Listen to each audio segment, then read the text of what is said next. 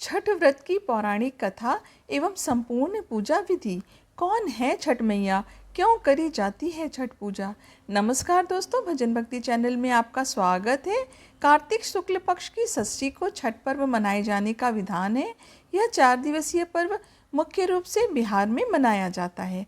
कार्तिक मास की अमावस्या को दिवाली मनाने के 6 दिन बाद कार्तिक शुक्ल को मनाए जाने के कारण इसे छठ कहा जाता है। यह 4 दिनों का त्यौहार है और इसमें साफ सफाई का खास ध्यान रखा जाता है। इस त्यौहार में गलती की कोई जगह नहीं होती। इस व्रत को करने के नियम इतने ज़्यादा कठिन हैं, इस वजह से इसे महापर्व और महाव्रत के नाम से संबोधित किया जाता है। कौन है छठी मैया। मान्यता है कि छठ देवी सूर्य देव की बहन है और उन्हीं को प्रसन्न करने के लिए जीवन के महत्वपूर्ण अवयवों में सूर्य व जल की महत्ता को मानते हुए इन्हें साक्षी मानकर भगवान सूर्य की आराधना तथा उनका धन्यवाद करते हुए माँ गंगा, यमुना या किसी भी पवित्र नदी या तालाब के किनारे यह पूजा की जाती है। षष्ठी माता यानी छठ माता बच्चों की रक्षा करने वाली देवी हैं। इस व्रत को करने से संतान को लंबी आयु का वरदान मिलता है। मार्कंडेय पुराण में इस बात का उल्लेख मिलता है कि सृष्टि की अधिष्ठात्री प्रकृति देवी ने अपने आप को 6 भागों में विभाजित किया है। इनके छठे अंश को सर्वश्रेष्ठ मातृ देवी के रूप में जाना जाता है, जो ब्रह्मा जी की मानस पुत्री हैं। वह बच्चों की रक्षा करने वाली देवी हैं। कार्तिक मास के शुक्ल पक्ष की षष्ठी को इन्हीं देवी की पूजा की जाती है। शिशु के जन्म के 6 दिनों बाद इन्हीं देवी की पूजा की जाती है। इनकी प्रार्थना से बच्चे को स्वास्थ्य, सफलता और दीर्घायु होने का आशीर्वाद मिलता है। पुराणों में इन्हीं देवी का नाम कात्यायनी बताया गया है, जिनकी नवरात्रि की षष्ठी तिथि को पूजा की जाती है। छठ पर्व का तीसरा दिन सबसे खास होता है, क्योंकि इस दिन महिलाएं 36 घंटे का निर्जला व्रत शुरू करती हैं। संध्या में डूबते सूर्य को अर्घ्य दिया जाता है, तो अगले दिन उगते सूर्य की पूजा होती है। छठ पर्व मुख्य रूप से बिहार, झारखंड और पूर्वी उत्तर प्रदेश में मनाया जाता है। इस पर्व को डाला छठ, सूर्य षष्ठी और छठ पूजा आदि नाम से भी जाना जाता है। इस त्यौहार में मुख्य रूप से भगवान सूर्य और छठी माता की पूजा होती है। छठ व्रत पूरा करने से पहले इसकी कथा पढ़ना जरूरी माना जाता है। आइए सुनते हैं छठ व्रत की पौराणिक कथा। कथा के अनुसार प्रियव्रत नाम के एक राजा थे। उनकी पत्नी का नाम मालिनी था। दोनों की कोई संतान नहीं थी। इस बात से राजा और उनकी पत्नी बहुत दुखी रहते थे। उन्होंने एक दिन संतान प्राप्ति की इच्छा से महर्षि कश्यप द्वारा पुत्रेष्टि यज्ञ करवाया। इस यज्ञ के फलस्वरूप रानी गर्भवती हो गई। 9 महीने बाद संतान सुख को प्राप्त करने का समय आया तो रानी को मरा हुआ पुत्र प्राप्त हुआ। इस बात का पता चलने पर राजा को बहुत दुख हुआ। संतान शोक में वह आत्महत्या का मन बना लिया। लेकिन जैसे ही राजा ने आत्महत्या करने की कोशिश की, उनके सामने एक सुंदर देवी प्रकट हुई। देवी ने राजा को कहा कि मैं षष्ठी देवी हूँ। मैं लोगों को पुत्र का सौभाग्य प्रदान करती हूँ।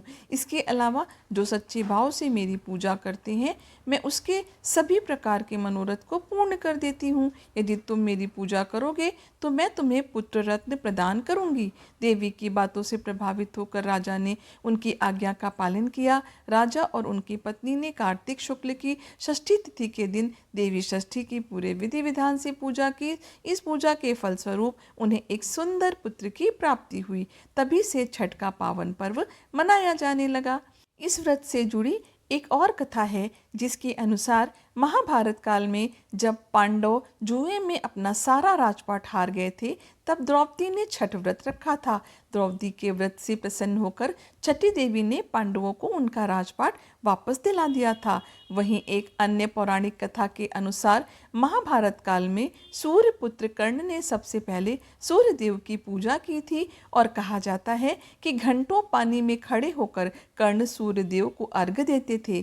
कर्ण सूर्य देव की कृपा से महान योद्धा बना था। आज भी छठ में यही परंपरा चली आ रही है।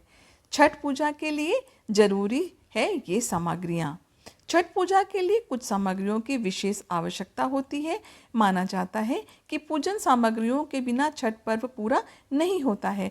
छठ पूजा की पूजन सामग्रियों में बांस की टोकरी, सूप, नारियल, पत्ते लगे गन्ने, अक्षत, सिंदूर, धूप, दीप, थाली, लोटा, नए वस्त्र, नारियल, पानी भरा हुआ, अदरक का हरा पौधा, मौसम के अनुकूल फल, मिट्टी या पीतल का कलश, कुमकुम, पान तथा सुपारी।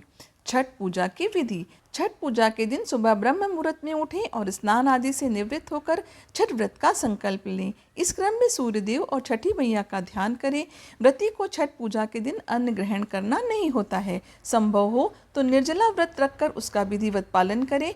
छठ के पहले दिन संध्याकालीन अर्घ्य होता है, जिसमें डूबते हुए सूर्य को अर्घ्य दिया जाता है। ऐसे में इस दिन सूर्यास्त से थोड़ा पहले छठ घाट पर पहुँचे और वहां स्नान करने के बाद अस्ताचलगामी सूर्य को पूरी निष्ठा के साथ अर्घ्य दें। इस दिन भगवान सूर्य को अर्घ्य देने के लिए बांस या पीतल की टोकरी या सूप का उपयोग किया जाता है। ऐसे में बांस या पीतल की टोकरी का इस्तेमाल करते हुए सूर्य को अर्घ्य दें। छठ पूजा में जिन टोकरियों या सूपों का इस्तेमाल किया जाता है, उसमें फल, फूल, गन्ने, पकवान इत्यादि पूरी पूजन सामग्रियों को अच्छी प्रकार रखें। इसके साथ ही सूप या टोकरी पर सिंदूर लगाएं। सूर्यदेव को अर्घ्य देते समय टोकरी में सभी पूजन सामग्रियों का होना बेहद ज़रूरी होता है, इस बात का ध्यान रखें। इसके साथ ही पूरे दिन और रात भर निर्जला व्रत रखकर अगले दिन सुबह उगते हुए सूर्य को जल अर्पित करें। सूर्यदेव को अर्घ्य निवेदित करने के साथ ही मन उनसे अपनी मनोकामना कहें। छठ पर्व को लेकर बहुत सारी धार्मिक मान्यताएं प्रचलित है। मान्यता है कि इस व्रत को करने से सूर्यदेव और छठी मैया का आशीर्वाद प्राप्त होता है, जिससे अखंड सौभाग्य के साथ साथ संतान को उत्तम स्वास्थ्य का वरदान मिलता है। धार्मिक मान्यता है कि जो कोई छठ पर्व को पूरे विधि विधान के साथ करता है, उसकी हर मनोकामना सूर्यदेव पूरी करते हैं। छठ पूजा में मुख्य रूप से सूर्यदेव को अर्घ्य देने के साथ साथ छठी मैया की भी पूजा होती है। 2024 में कब है छठ पूजा? वृश्चिक पंचांग के अनुसार कार्तिक शुक्ल षष्ठी तिथि के साथ छठ पूजा आरंभ होती है। कार्तिक छठ पूजा कैलेंडर 2024 के अनुसार नहाए खाए 5 नवंबर 2024 को, खरना 6 नवंबर 2024 को, शाम का अर्घ 7 नवंबर 2024 को, सुबह का अर्घ 8 नवंबर 2024 को किया जाएगा। छठ पूजा के दौरान क्या किया जाता है? पहला दिन नहाए खाए। छठ पूजा के पहले दिन नहाए खाए होता है। इस दिन व्रती स्नान ध्यान करने के बाद कद्दू भात का सेवन करती है या करता है। छठ व्रती को नहाए खाए के दिन शुद्ध और सात्विक भोजन ग्रहण करना होता है। इसके साथ ही साथ इस दिन जब छठ व्रती भोजन कर लेती है, तभी घर के अन्य सदस्य भोजन करते हैं। दूसरा दिन खरना। छठ पूजा के दूसरे दिन को खरना कहते हैं। इस दिन व्रती महिलाएं स्नान के बाद चावल और गुड़ का खीर बनाकर खरना माता को अर्पित करती हैं। इस प्रसाद को मिट्टी के नए चूल्हे पर आम की लकड़ी से आग जलाकर बनाया जाता है। शाम को पूजा के बाद घर के सभी सदस्य पहले खरना प्रसाद ग्रहण करते हैं, फिर भोजन करते हैं। खरना प्रसाद को बेहद शुभ माना जाता है। इस प्रसाद को खाने के बाद व्रत शुरू हो जाता है। इस दिन नमक नहीं खाया जाता। तीसरा दिन अस्त होते हुए सूरज को अर्घ। छठ पूजा का तीसरा दिन बहुत ही खास होता है। इस दिन शाम को अस्त होते हुए सूर्य को अर्घ्य दिया जाता है। टोकरी में फलों, ठेकुआ, चावल के लड्डू आदि से सूप को सजाया जाता है। नदी या तालाब में कमर तक पानी में रहकर अर्घ्य दिया जाता है। चौथे दिन उगते सूरज को अर्घ। चौथे दिन उगते सूरज को अर्घ देते हैं। इसके बाद ही 36 घंटे का व्रत समाप्त होता है। छठ पूजा में मन और तन की शुद्धता बहुत ज़रूरी है। अर्घ देने के बाद व्रती प्रसाद का सेवन करके व्रत का पारण करती है या करता है, क्योंकि स्त्री या पुरुष दोनों ही ये व्रत कर सकते हैं। जय हो छठी मैया की। आशा करती हूँ आपको ये कहानी पसंद आई होगी। मेरे चैनल पर ऐसी कहानी और जानकारियाँ आपको आगे भी मिलती रहेंगी। कृपया करके मेरे चैनल को सब्सक्राइब करिए, मेरे वीडियोस को लाइक करिए, इसे अपनी फैमिली और फ्रेंड के साथ शेयर भी करिए। छठी मैया की कृपा आप सब पर हमेशा बनी रहे। आपका दिन शुभ हो। धन्यवाद।